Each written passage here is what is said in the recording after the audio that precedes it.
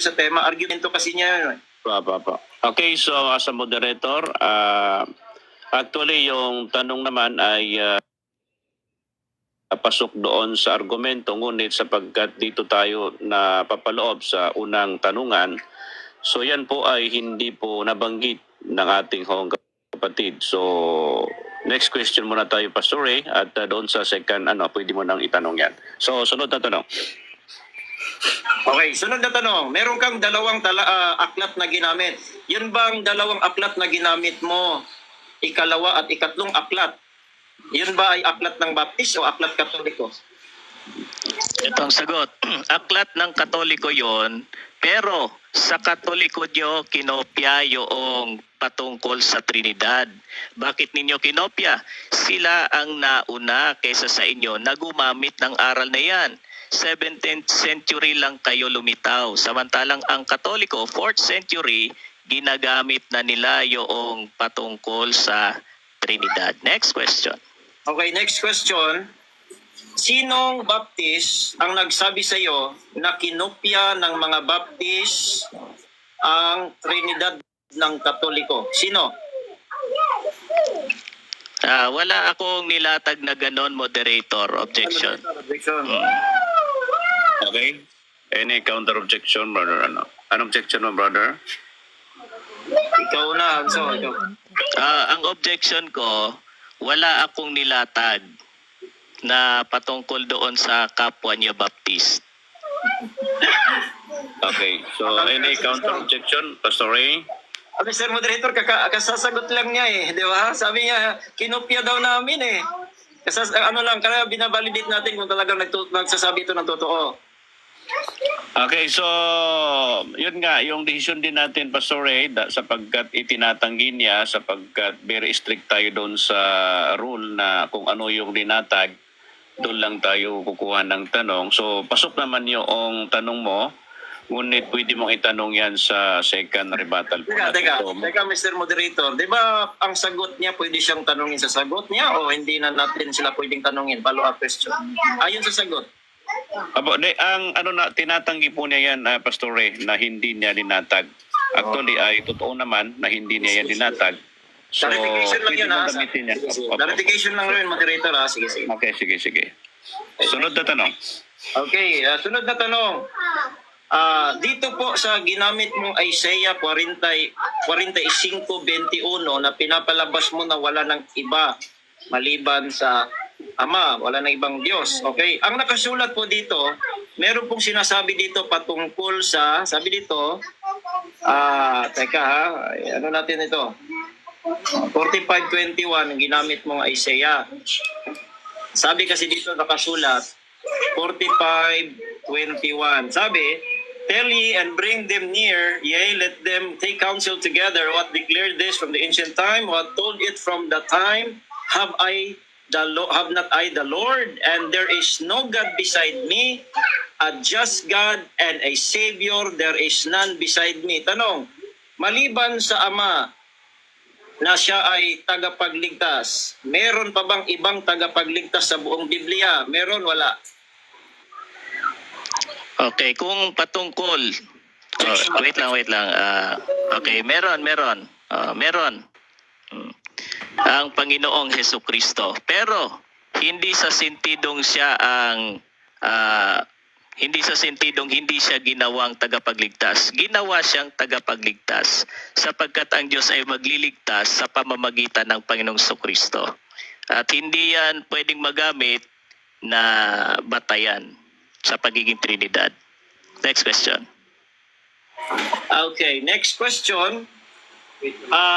Ginamit mo yung 3:19 ng Jeremiah, okay? Sabi dito, thou shalt call me my father. Tanong ko sa iyo. Sa grammar po, ano po ang function ng salitang father dito? Yun yung itatawag sa kanya. Yan yung tinutukoy diyan sa talata. Ang sabi kasi diyan, hindi naman kasi. Okay, anong objection? Simple lang ko sa grammar kung ano ang function ng salitang father. Hindi po ako nagtatanong kung yan ay tatawag sa kanya o hindi. Yung salitang father ayon sa grammar po, my father, thou shalt call me my father. Ano ang function ng salitang father dito? Yun ang tanong eh. Hindi siya masumagot sa responsive yun. Okay, ito yung sagot ko. Gaya nga ng sabi, inyong tatawagin ako, ama ko. Yun yung itatawag sa kanya. Hindi Trinidad. Hindi niya sinabing inyong tatawagin ako Trinidad. Pwede ako sumagot sa'yo ng ganyan kasi wala kang categorical question. Next question. Tanong. Okay, next question. Itong salitang ama dito, aming ama or aking ama, ito ba ay person or function? Function yan. Nagpa-function siya as father. Next question. Alright, sunod na tanong. Sa ginamit ko pong tanggap mo ba na yung salitang persona ay yun po ay may will, mind, emotion, merong reason? Tanggap mo ba yun yung definition na binasa ko kanina? Yes or no?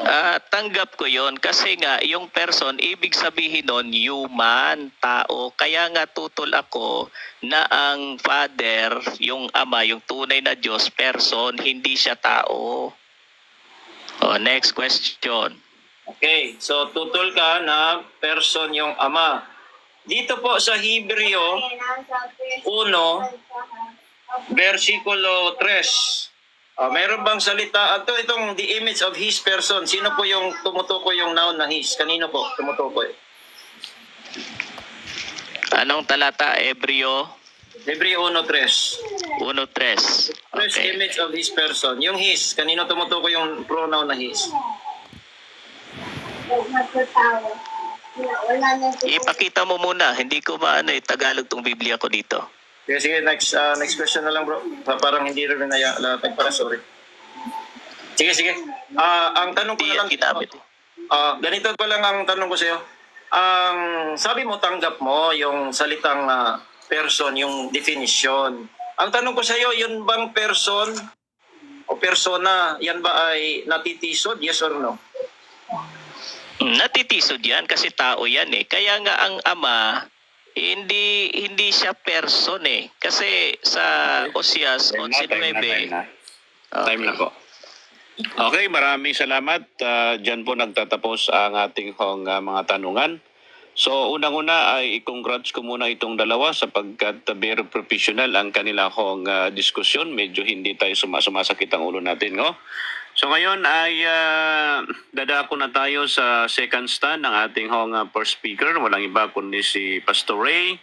So Pastor Ray, 10 minuto sa'yo. Okay. Sige. Salamat ha. So ngayon po mga kapatid, ang tinitingnan lamang po natin na argument po ni Hanso ay napaka-elementary. Una, patungkol sa termino.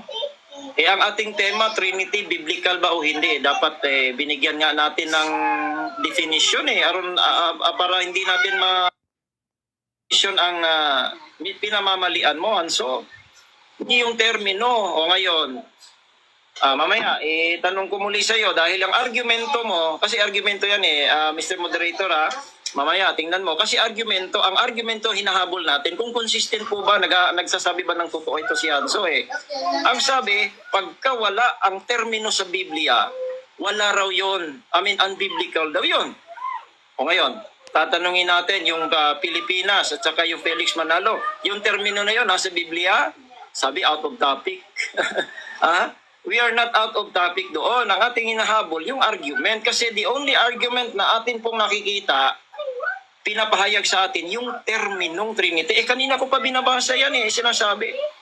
Bro Hanso, mamaya tatanungin din kita kung meron bang instance na hindi pa pinangalanan pero nandoon na. Mamaya, tatanungin kita mamaya dyan. Kasi palpak itong argumento mo na yung about lang sa terminong Trinity. Tapos pinaparatangan mo pa kami, tinanong ka kung sinong tao. O hindi mo sinasagot. Yung Trinity ninyo, kopya lang naman ninyo yan sa tapos sinasabi mo pa 17th century lang kami. Sino nagsabi sa iyo? Next natin i-debate natin next time na 17th century lang kami. Para mapatunayan talaga yung mga sinasabi mo, walang hindi mo pinag-aralang maigi. Sabi mo dito, binabasa mo doon kasi cannot be understood. Sino nagsasabing hindi ma-understand talaga na we understood the Trinity na yung Trinity tinatawag na mystery. Bakit mystery yun? Kasi nga hindi po siya talagang ibig sabihin hindi natin talaga ma-explain na parang kasi tinatawag po siyang complex po, no? Hindi po siya simple or compound na agad-agad maiintindihan. Kayo nga, hindi nyo naiintindihan. Pero sa amin, naiintindihan simple lang Isang persona, meron pong isang Diyos, tatlong persona. Diba? Tapos sa creation, andito na naman tayo. Sa creation, ang tao may laman, espiritu, kaluluwa. Ilan ang tao? Isa lang. May mga konsepto Pero yung pagpapaliwanag, kung paano may paliwanag, talagang hindi mo parang mailagay sa box yung about sa Trinity, Hanso. No? Yun po ang ibig sabihin. Huwag mo sabihin hindi naintindihan. Actually, ang inyo hindi mo maintindihan. Sabi mo, walang palakyan nga ako, host. Sabi mo hindi ka pala naniniwala na ang Ama ay persona. Sabi mo kanina, yung ang persona or ang person ba ay matitisod? Sabi ni Hanso, yes. Ibig sabihin, umamin ka rin na ang Holy Spirit ay person. Kasi sabi dito, Tagalog natin kasi Tagalog lang daw yung Bible niya. Sabi niya dito, huwag ninyong pighatiin. Mapipighati pala base tisod. Ibig sabihin, huwag niyong pighatiin ang Espiritu Santo, banal na Espiritu. Ibig sabihin dyan, persona pala yan. Ngayon, dito po sa, hindi siya naniniwala kung ano yung persona. Ibig sabihin, ewan ko kung saan po nila, wala yatang definition sa person. Dito po sa Hebrews chapter 1 verse number 3, palibhasa'y siyang sinag ng kanyang kaluwalhatian, ang tunay na larawan ng kanyang pagka-Diyos. Ayan po yung Tagalog. Sa English po dyan, who being in the brightness of His glory, the express image of His person. Kasi nga, Anso, mga INC, dapat i-define nyo kung anong ibig sabihin ng persona. Hindi nyo pala alam, kaya kayo tutol kayo ng tutol. Hindi nyo pala alam yung ibig sabihin ng persona ano bang ibig sabihin ng person? Okay, tingnan natin yung ibig sabihin po ng person. Ayan person Ang person is a being who has certain capacities or attributes as reason. Yung Ama ba, Anak at Banal na Espiritu, walang reason? Wala bang morality ang Diyos? Wala bang consciousness? Wala bang self-consciousness?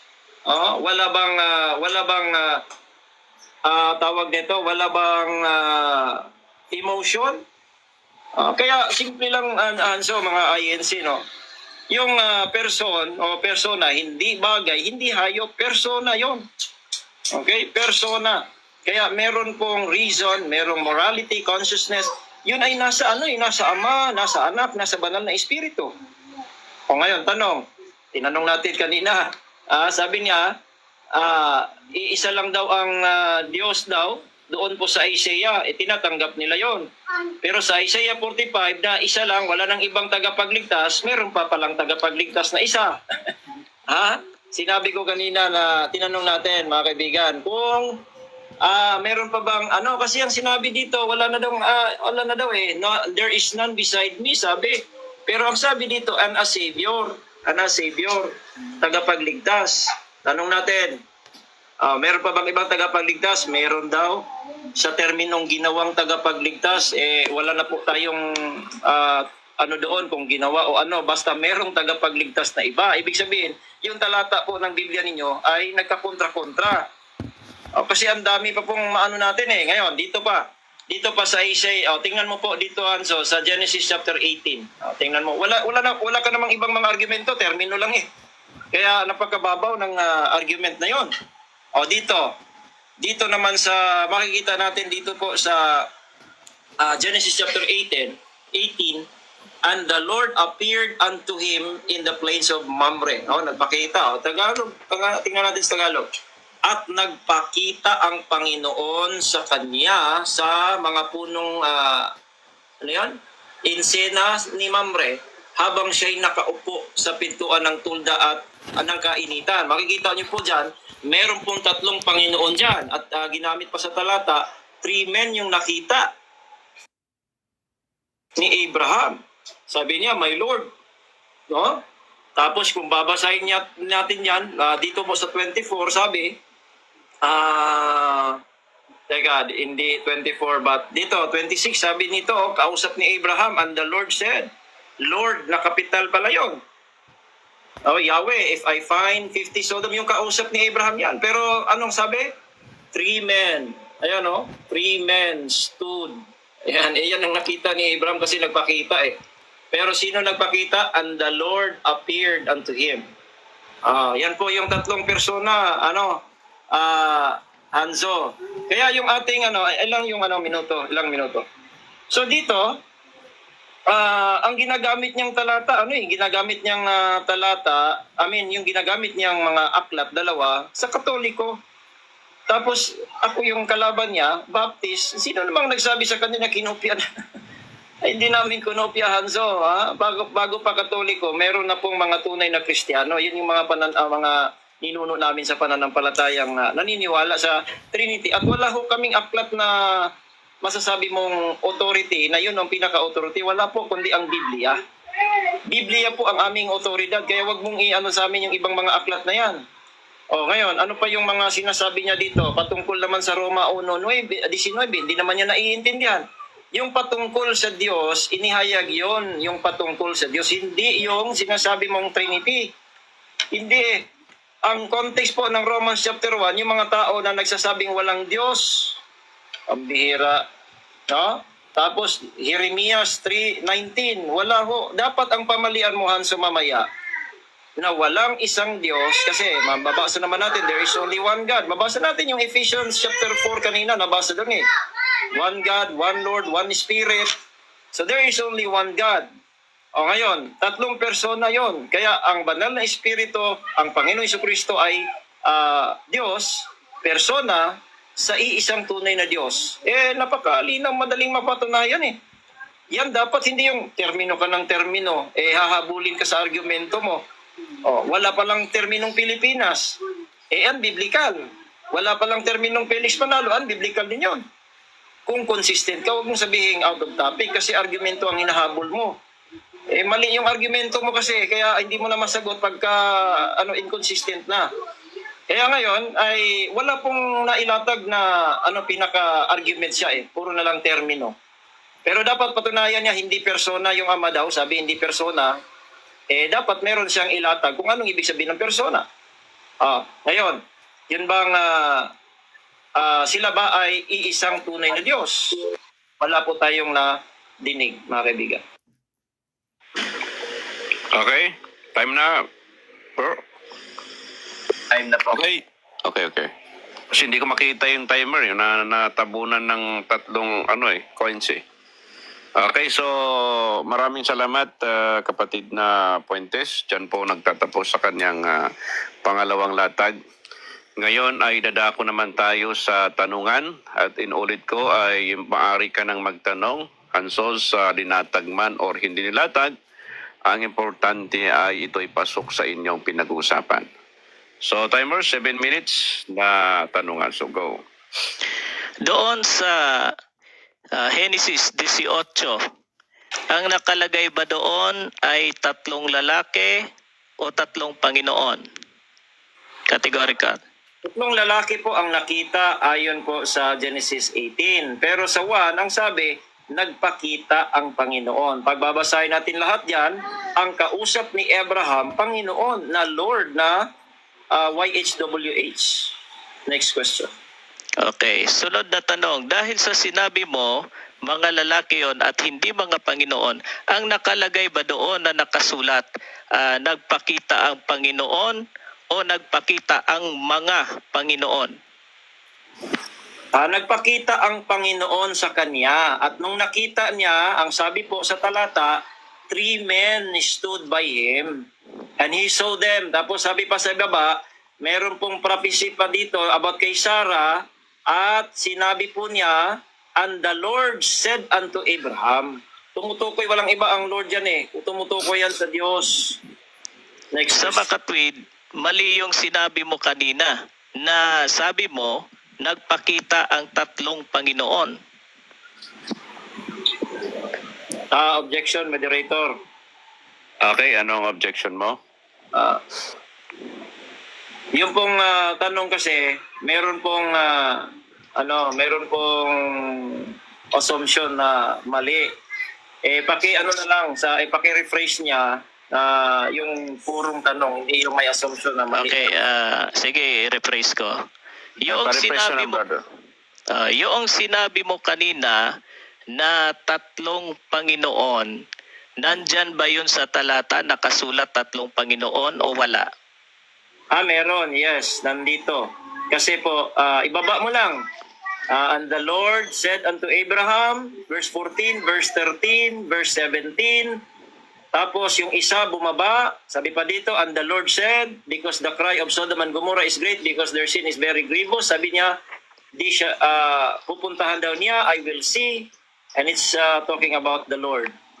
Capital L-O-R-D. Sabi mo, mababasa doon sa mga talata. Ito yung kasunod kong tanong.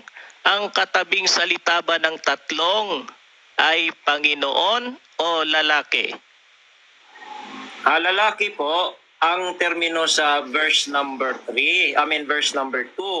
Pero sa buong talata, ang mga lalaki na yon tinatawag na Lord, L-O-R-D. Malalaking Lord pa. Meron din isa maliit. Pero ang ginamit dyan, 3 men stood by him. Yun yung nakita. Wala namang ibang nakita siya eh.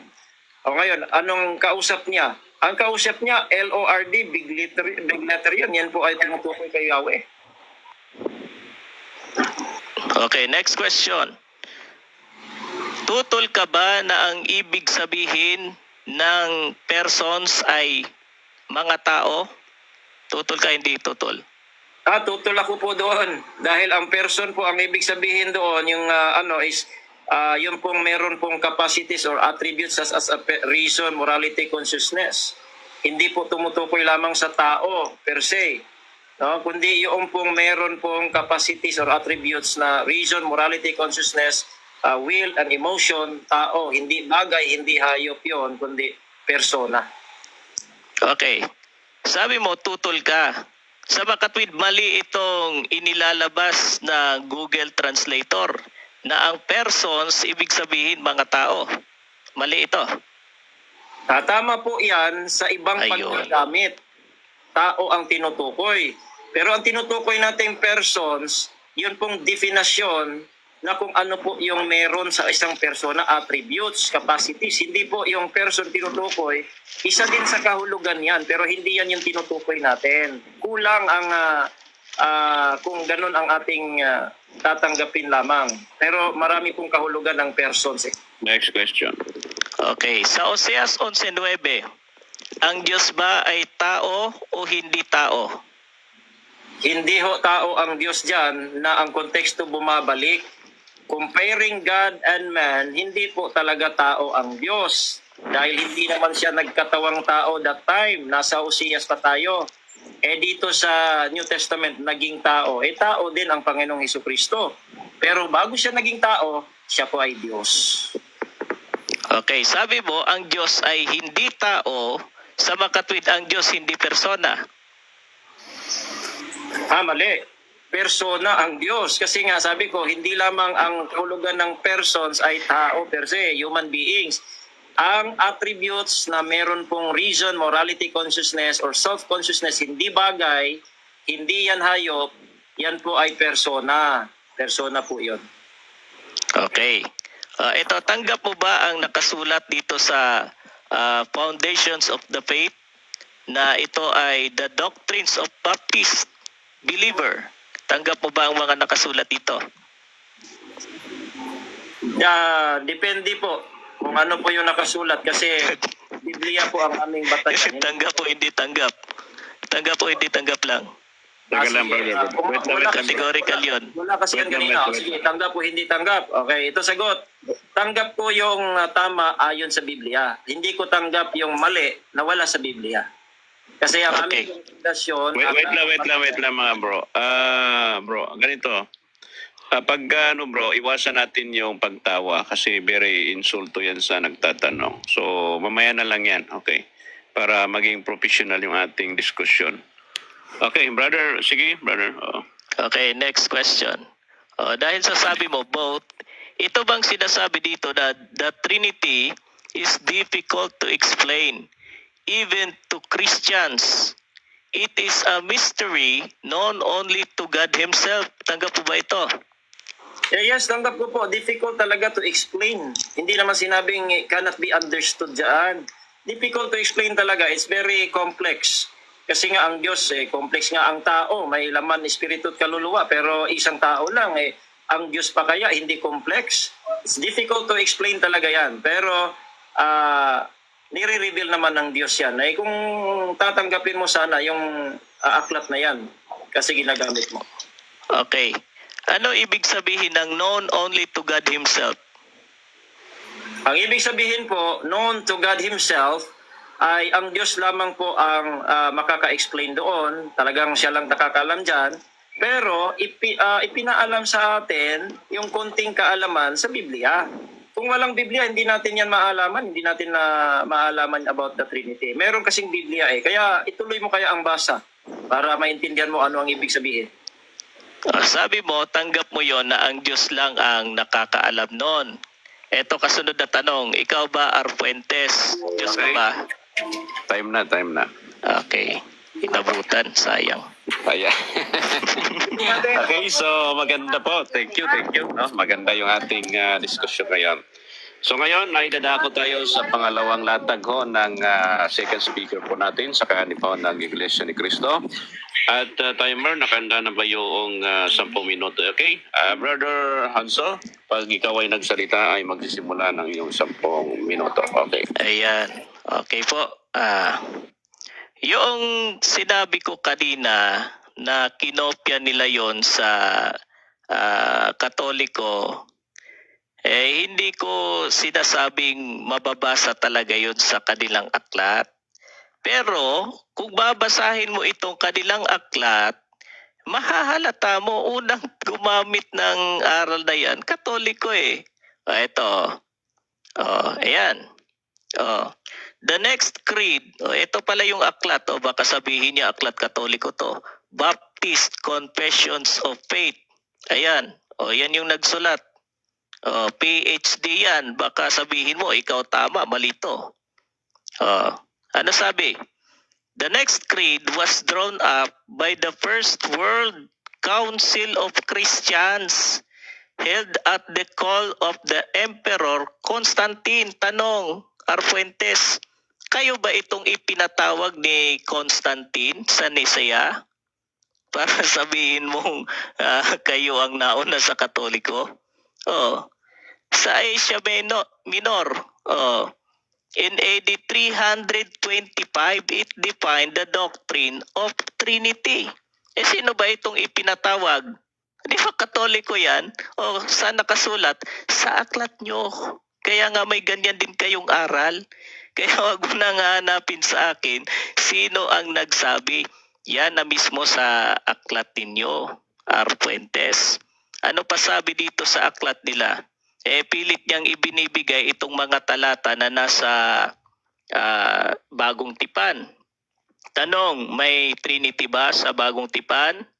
Dito pa rin dito sa isang aklat, the Divine Trinity. Ayan, kasi ang Katoliko yung unang gumamit ng Trinity bago sila. Ayan. Nevertheless, it remains true that the Trinity was not announced in the New Testament.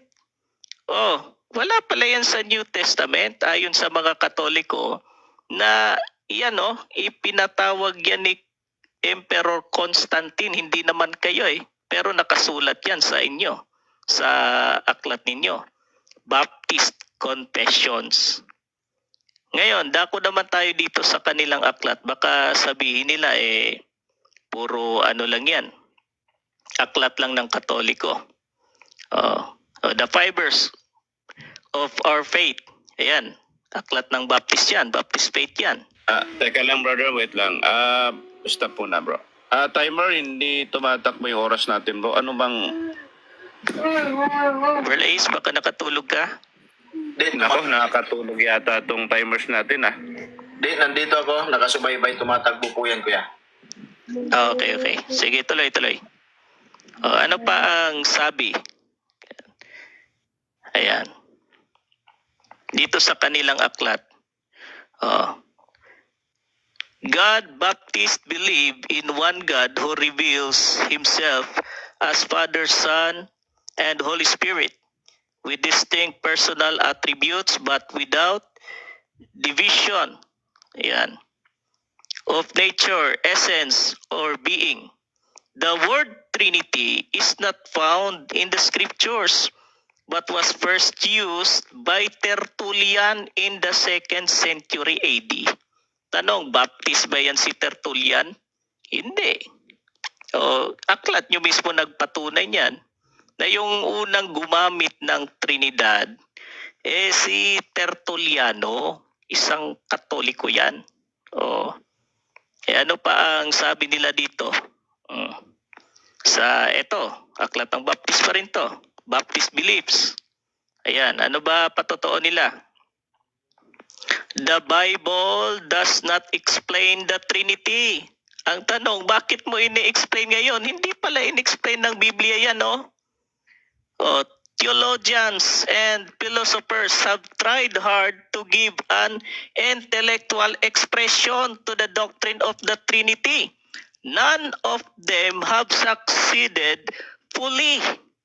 Baka si R. Fuentes pa yung unang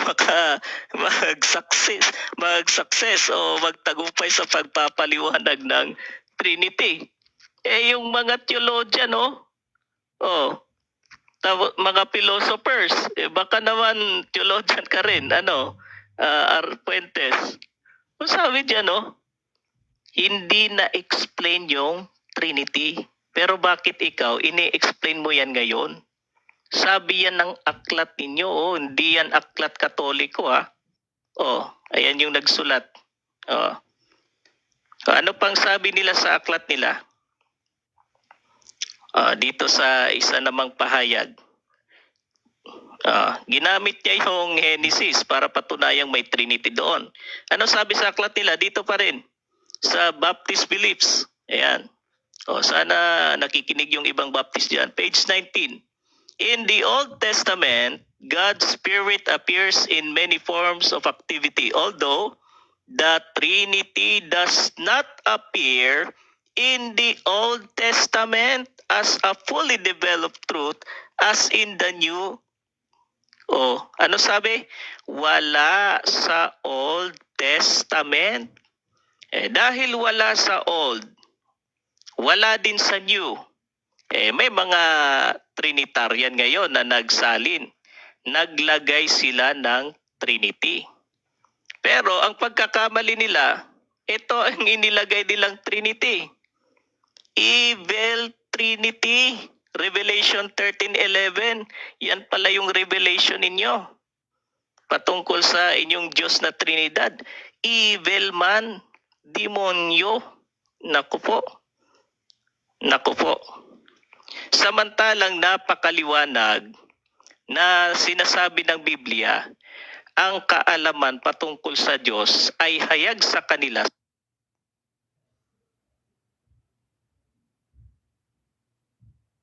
sapagkat ipinahayag ito ng Diyos sa kanila. Ano ba pahayag ng Diyos? Walang ibang Diyos liban sa akin. Pero kina R. Fuentes, hindi, 3 kayo. Diba? Nako. Sino bang nagturo na ang Ama lamang ang Diyos at hindi yan Trinidad? Ang ating Panginoong Jesucristo. Itinuro niya yan, 17 verse 1 and 3. Sabi ni Kristo, ikaw ang makilala nila na iisang Diyos na tunay, kausap ni Kristo ang Ama. Ayon naman sa mga apostol, noong umakyat na si Kristo sa langit, sabi ni Apostol Pablo, may isang Diyos lamang ang Ama, hindi sinabing may isang Diyos lamang ang Trinidad, hindi ganoon. O, walang ganoon, bro. Kaya nga doon sa mga pagtatanong ko, bro, nahahalata, wala talaga kahit yung doktrina sa Trinidad, wala talaga yan sa Biblia. Mula sa termino hanggang sa mga ginagamit na mga, kung ano man yung mga katawagan na yan, pati ang doktrina, wala sa Biblia. Kaya ang Trinity, hindi siya biblical. Ano pa patotoo ng ating Panginoong Diyos patungkol sa kanyang sarili? Sa Oseas 11:9, tinanong ko siya kanina, ang Diyos ba ay tao? Sabi niya, hindi. Yun talaga yung nakasulat eh. Hindi naman talaga tao ang Diyos. Ano ba yung ibig sabihin ng person? Kasi tinanong natin siya patungkol dito sa Google Translator. Hindi naman daw siya tutol dito. Ang persons, ano yan? Tao. Ano ba sabi sa Biblia? Ang Diyos hindi tao. Hindi nga anak ng tao eh. Sabi pa doon, ako'y Diyos at hindi tao. Sabi ng Diyos mismo yan. Tutol ka ba dyan, R. Puentes? Tsaka yung mga tanong mo, kung itatanong mo yan mamaya, yung patungkol kay Felix, patungkol sa Pilipinas, ibang topic yan, bro. Huwag mong dalhin yan dito. Kasi ikaw na mismo nagsabi, walang terminong Trinity sa Biblia. Huwag kang masaktan sa katotohanan, bro. Huwag kang masaktan dyan. Kasi ikaw mismo may sabi niyan. Pati mga aklat ninyo, sang-ayon na walang Trinity sa Biblia. Kahit doktrina ng Trinidad, kahit yung essence o ano pa man yun, persons, wala daw noon.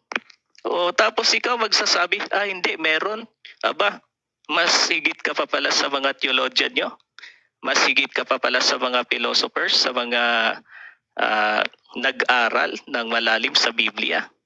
Sabi pa doon, hindi mauunawaan ng Biblia. Ang Diyos lang ang makakaunawa. Kaya nga nung tanong ko sa kanya, sayang inabot ng time, ikaw ba, R. Puentes, Diyos ka ba? Bakit mo nauunawaan ng Trinity? Pambihira naman to. Pero ganun pa man, Time's up po.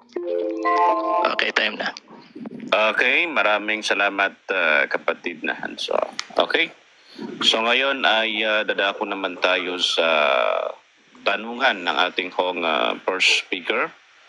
So maaari ka nang magtanong o linatag man or hindi nilatag. Ang importante ay naayon sa inyong pinag-uusapan.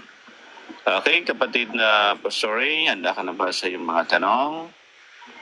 Opo, Mr. Moderator, handa na po. Okay, so kung handa ka na, handa na rin ang ating kapatid na magpatanong. Okay, so start mo na, brother Timer. Okay, tanong. Una kong katanungan, dahil pinaninindigan mo po yung argumentong pag hindi mababasa sa Biblia ang termino ay unbiblical. Inaamin mo ba, Hanso, na unbiblical yung inyong aral patungkol sa Pilipinas at kay Felix Manalo bilang subo dahil hindi yun, walang termino sa Biblia noon? Yes or no? Hindi. Bakit? Sapagkat meron kaming mga patotoo na Pilipinas ang katuparan noon. Meron kaming patotoo na ang Felix ang katuparan noon. Pero ganun pa man, itong tanong mo ay out of topic. Wala ito. Sinagot ko lang for the sake sa mga viewers para malaman din nila. Ayan, next question. Okay, next question. May terminong Pilipinas sa Biblia? Yes or no? Out of topic na po. Sinagot ko na yan kanina, Bro TG. Objection. Okay. Sige, ano objection mo? Yun po yung objection ko. Out of topic na po yun. Okay. Mababad na siya sa Pilipinas. Wala na sa Trinidad. Po. Counter, brother Ray? Yes, again, argumento po niya wala sa Biblia wala daw yung terminong Trinity, wala sa Biblia, therefore unbiblical. Tinanong natin kung meron ba silang aral na unbiblical, sabi niya wala daw dahil yung Pilipinas may patunay. Di tinanong natin kung may terminong Pilipinas sa Biblia. Out of topic ba yun, moderator? Apo, nasagot naman niya yung kanina, sinagot naman niya kapatid na rin na wala sa Biblia, walang terminong Pilipinas sa Biblia. Yan yung pagkaksabi. Next question. Okay, next question. Pinanindigan mo ba yung sinasabi mo, Hanso? Tama ba yon na sinabi mo na nagsimula yung aral sa Katoliko na yung Trinity sa Katoliko doon po sa 325 AD? Yes or no? Yes, sabi mismo ng inyong aklat ninyo. Sabi mismo ng inyong aklat na noong 325 AD ipinatawag nga ni Constantine, yung emperor ng Roma. Hindi naman kayo yung pinatawag, hindi mga Baptist yun. Hindi naman si Bishop Under Shepherd ang pinatawag doon. Mga Katoliko yon, mga obispo. Next question. Okay, next question. Dahil sabi mo yes, tanong ko sa iyo, ano ang nauuna o nauunang umiral? Yung binasa mo kanina na about sa aming aklat na si Tertullian na unang gumamit sa salitang Trinity o yung 325 AD? Alin ang nauna doon? Nauna yung 2nd century. Si Tertullian yung unang gumamit noon. Pero si Tertullian, hindi nyo ka-religion yan. Hindi siya Baptist.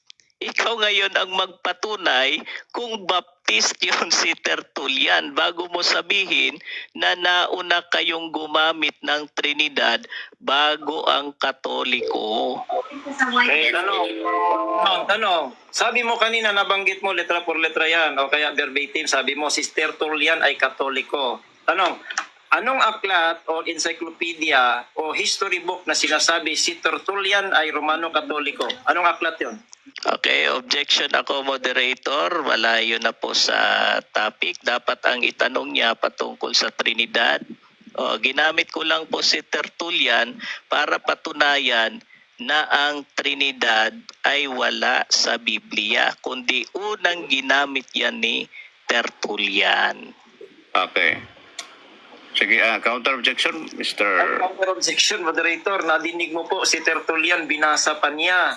Ang argumento niya, si Tertullian ang unang gumamit ng Trinity Tapos binasa din po niya yung 325 AD na Council of Nicaea. Kaya pasok po ang tanong, kung Katoliko ito, nabanggit niya Katoliko daw si Tertullian. Kaya tinanong natin, anong encyclopedia history book nagsasabi Romano Katoliko? Dahil yun ang argumento niya, nauna daw, kinupya pa nga namin sabi niya.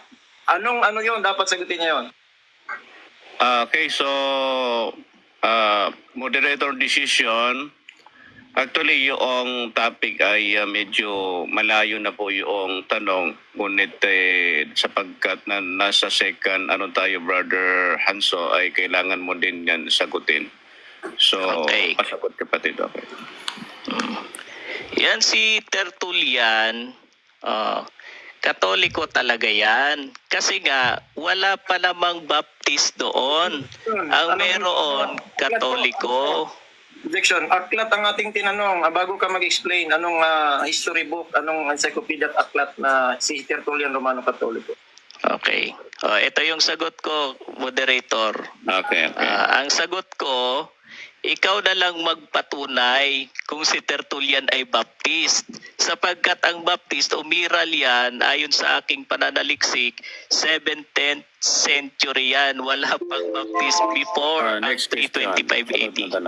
Okay, sunod na tanong. Therefore, ibig sabihin, hindi ka sigurado na Romano Katoliko si Tertullian. Yes or no? Sigurado ako, bro. Katunayan, 17th century nga lang kayo Si Tertullian, ginamit niya ang terminong Trinidad, 2nd century. Ipinagpatuloy pa yan doon sa konsilyo ng Nicaea, 4th century. Wala pang Baptist, wala pa si Bishop Under Shepherd noon.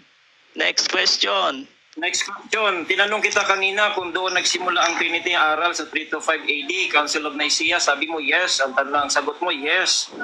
Tinanong kita na alin ang nauna, yung 325 o si Tertullian. Sabi mo 2nd century ang nauna. Alin ba talaga sa dalawang sagot mo doon? Kailan ba talaga nagsimula ang aral ng Trinity? 325 or 2nd century? Okay, ito yung sagot ko. Ang aral ng Trinidad, nagsimula yan 325 AD. Yung terminong Trinidad, unang ginamit, yun yung sabi ko, unang ginamit yan ni Tertulliano, 2nd century. tapos na ang Biblia. Kaya nga wala sa Biblia ang Trinidad, pati ang doktrina nito. Next question, please. Alright, ang ginamit mong kanina about sa Baptist belief na nandoon, the Bible does not explain the Trinity. Okay, ang sabi doon, sinabi ba doon sa aklat?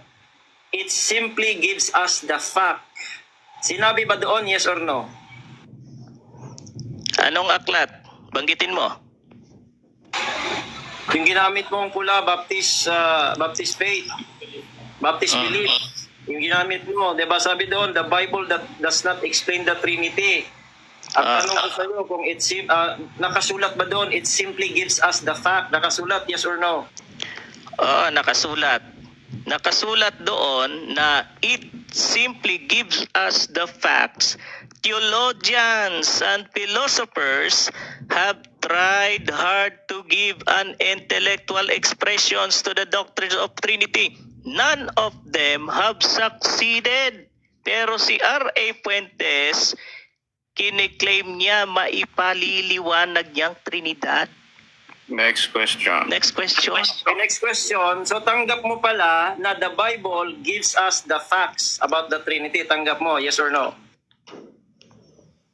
Sa aklat ninyo, kayo tumanggap yan. Ako hindi ko tanggap yan.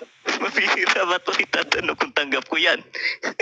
Kayo ang tumanggap yan. Katunayan nga, aklat ninyo binasa ko. Kayo tumanggap yan, hindi ko tanggap yan. Pero sinabi sa aklat ninyo, yung mga philosophers, yung mga theologians, ginawa nila ang lahat para lang maipaliwanag, pero wala ni isa sa kanila nakapagpaliwanag. Next question. Commander ba yung oras? Naka-objection ako, bro. Objection pala yun. Sige, mag-object ka. Umaandar yan. Categorical yes or no, hindi niya sinagot pero nag-umaandar yung oras. No, sabi ko, hindi ko nga tanggap Sabi ko nga Ngayon lang, sinabi mo pero hindi. Ang haba-haba ng sinabi ko, tapos hindi mo pala Sige. nakinggan. Okay na yun, last question. Last question. May mababasa ka ba sa Biblia na ang Diyos ay hindi Trinity? Meron. Meron sa diwa. Meron sa diwa. Sabi ng Diyos, ako lamang ang Diyos at wala nang iba. Hindi niya sinabing walang iba liban sa amin. Ang sabi niya, walang iba liban sa akin. Sabi ng Diyos, walang kagaya ko. Hindi niya sinabing walang kagaya namin. Kaya nga ang Diyos hindi Trinidad. Time's up po. Ayun. Salamat, Bro Fuentes. Okay, so thank you. Maraming salamat. So, dyan po nagtatapos ang ating tanungan. Wala na Ngayon, conclusion pa. conclusion. Tanungan, sabi ko. Tanungan, sorry. So, unang, di ba ikaw yung bro, no? Brother second speaker, ikaw yung unang maglalatag ng conclusion. 5 minutes, bro.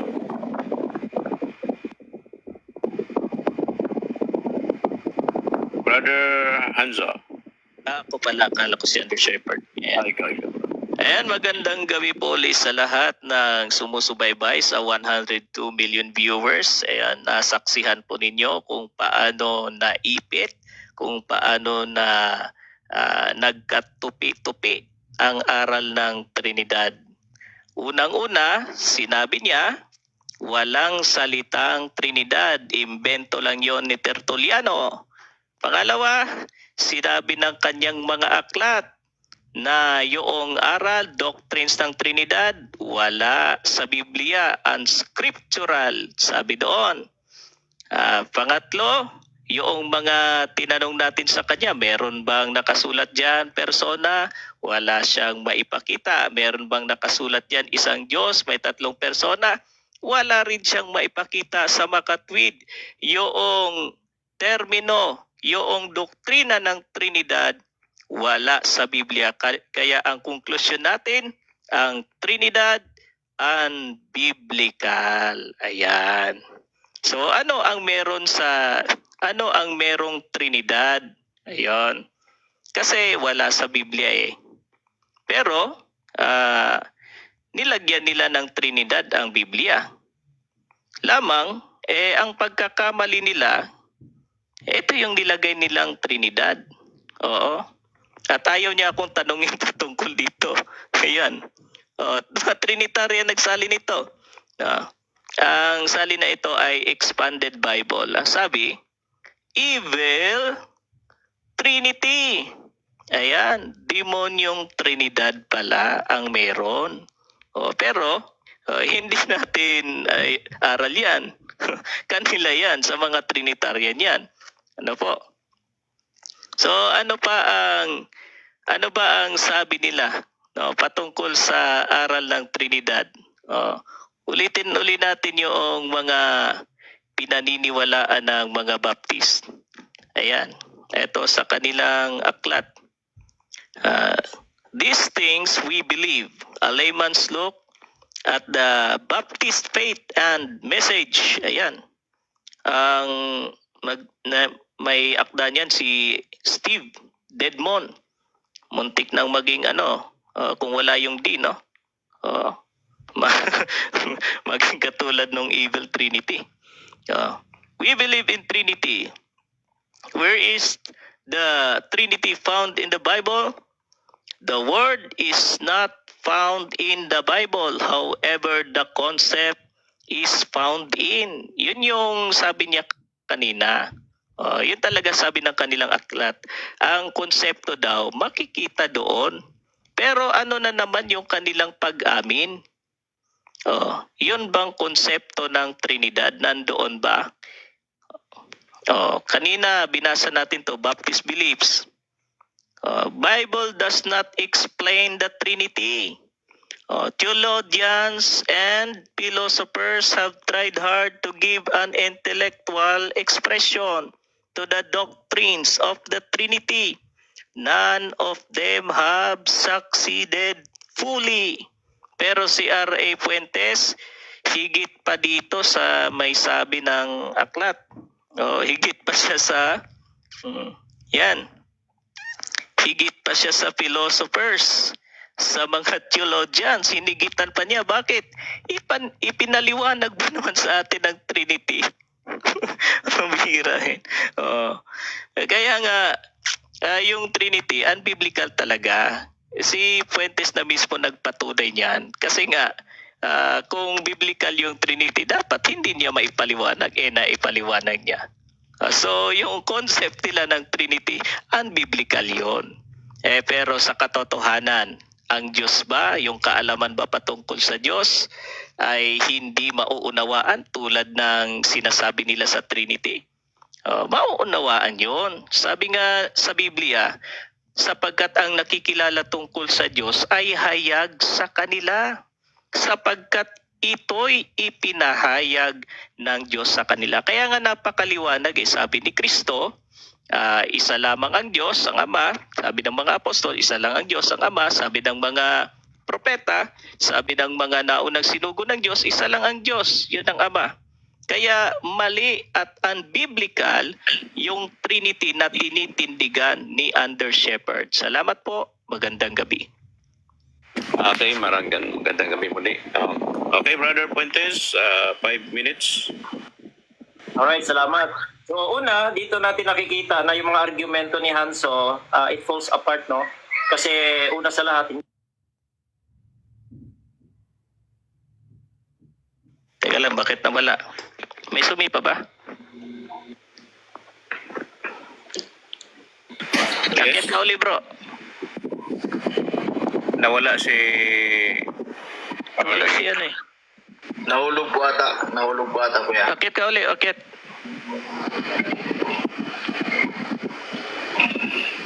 Ayan. Paki-restart yung oras niya, bro. Okay. tingnan pa tayo. Sorry, 5 minutes. Okay, so again, mapakababaw na argumento, it falls apart kasi nga pagka yung argumento hahabulin, magiging inconsistent agad. Unang argumento niya, yung termino. O, tinanong natin sa Pilipinas at si Manalo, yung termino na yon wala din.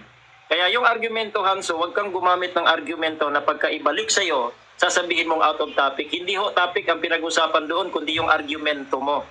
Tinanong ka, meron bang mababasa sa Biblia? Hindi Trinity ang Diyos. Sabi mo, meron, unawa. Ayon, no? Unawa lang pala eh. Kaya puro kayo batikos sa hindi mababasa pero may unawa. Ngayon, kita mo yung panlilinlang mo, Hanso, ha? mga INC diyan, ha. Grabe kayo manlinlang, ha? Grabe kayo manligaw. Ang binasa niya kanina, Evil Trinity.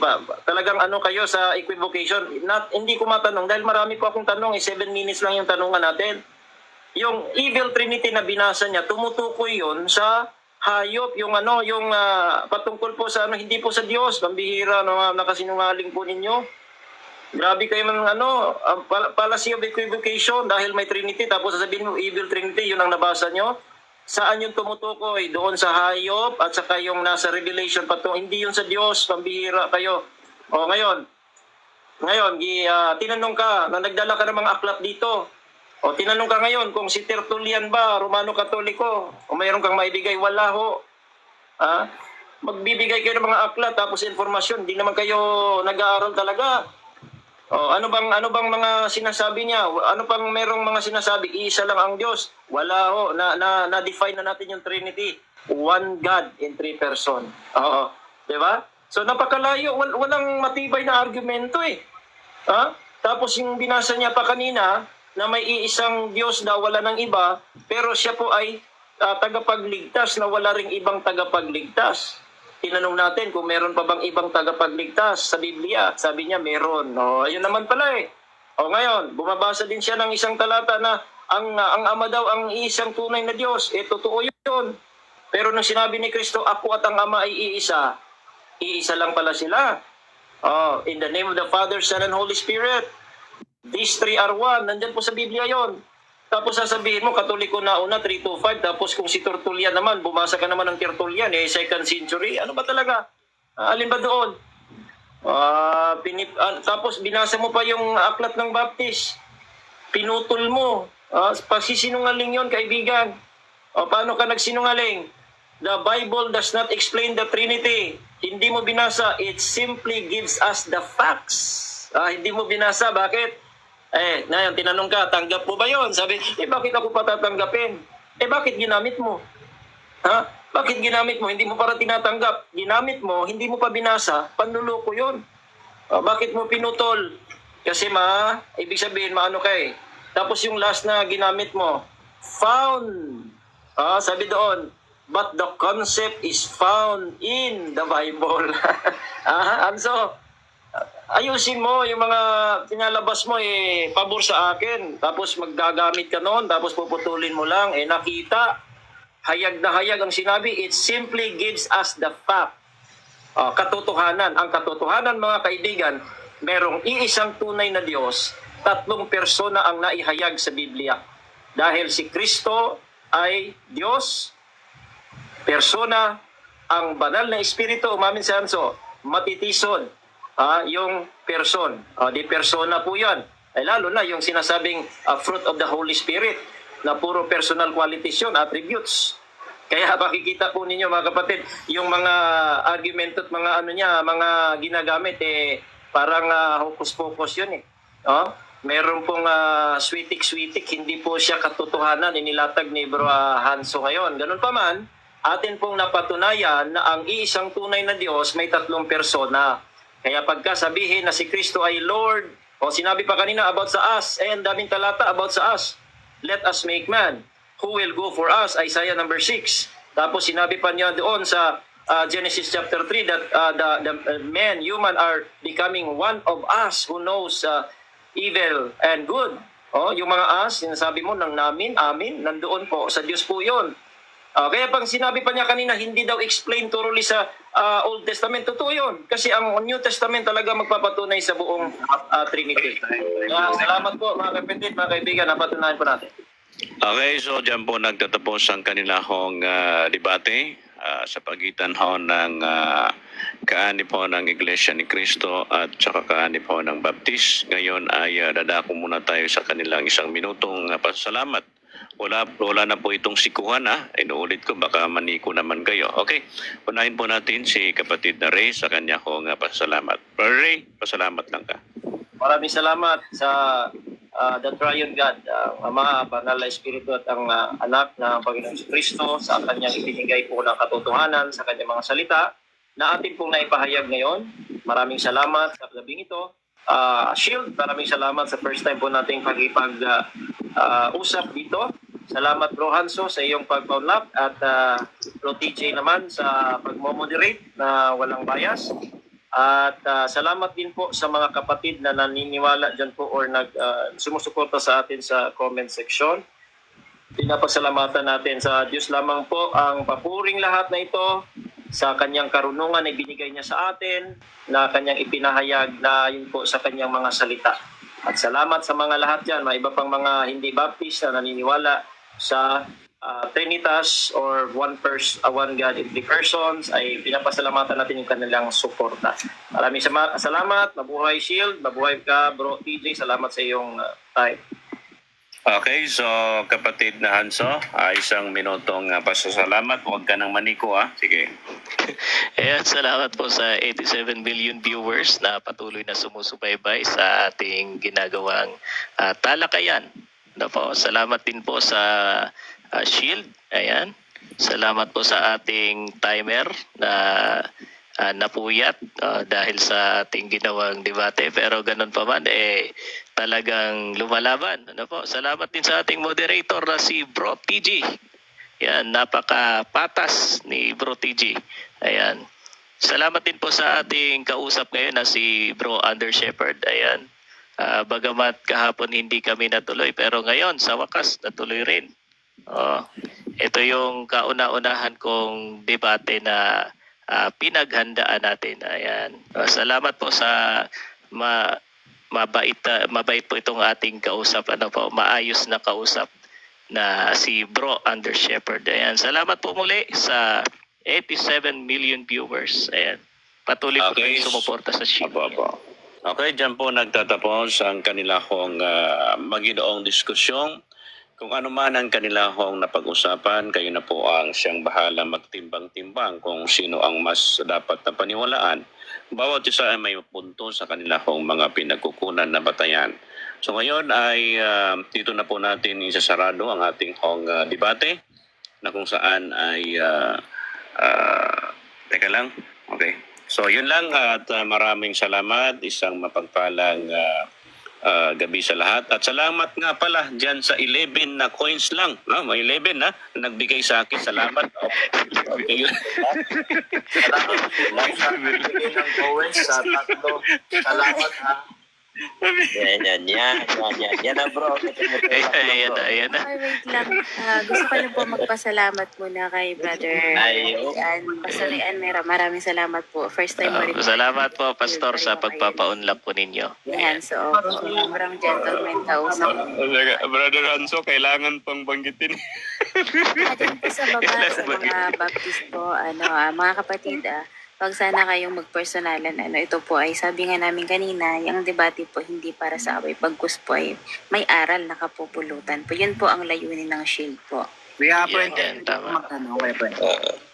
Thank you po. Salamat. Salamat sa iyo, Bro Puentes. Tsaka kay Bro Hanso, Bro TJ. Congrats. Ayos, Thank you po. maganda yung talakayan. Salamat sa 117 Salamat din po. Parang kulang pa. Salamat po sa nagbigay ng 3 coins. Salamat po Po yung timer. Yung timer natin, baka naman. Naka-acute lang po Okay. Budulero yan. Tapos dito Tulak sa timer. So, bro, congrats sa inyong dalawa. Napakaganda ng inyong, napakasarap mag-moderate ng ganyang Mabait yan si Hanso din, okay lang. Oo, Sana, Bro, Bro, parehas kayong talo, akong panalo. Parehas kayong talo. Bro Ray, Kuya Pagka Pwede, sa sunod. pwede magtanong, Kuya Pwede. Pwede pa lang eh. Pwede po magtanong Kuya Fuentes. Po? Pwede po magtanong. Sa akin? Sige, bro Ray. Pasipa ko, sipain mo po ako, base. Ay, bro TJ, maraming salamat po ha. Lalo-lalo na Apo. kanina nabala ka na. Siyempre. Thank you po. Basta ikaw, always, anytime, O, anywhere. sige na, TJ, matulog ka na. Bye-bye. Bro, Paano bro kanya? Rayan. Thank you, bro TJ. Bro Rayan, andyan ka pa ba, bro? Yes, andito na pero pababa na rin. Okay. May okay lang ba, bro, kung tatanggap ka pa ng tanong? Okay lang ba? Isang katanungan, sige, go ahead para may time pa eh. Thank you. Okay. Umpisahan ko na, Kuya Aguilos. Hindi, ikaw na, bro. Ikaw na. Ako, umpisahan ko. Kuya Fuentes, sabi mo kasi kanina, ang Diyos ay may 3 persona. Tama? Ama, Anak, at Espiritu Santo. Ang tawag nyo dyan, Trinity. Ngayon, wala namang pagtatalo ng ating Panginoong Hesus Kristo ay may kinikilalang Diyos. Ito tanong, yung bang Diyos ni Kristo ay Trinity din ba? Ama, Anak at Espiritu Santo o Trinity, Ama at Espiritu Santo lang? Ano po yung Diyos diyan ni Kristo?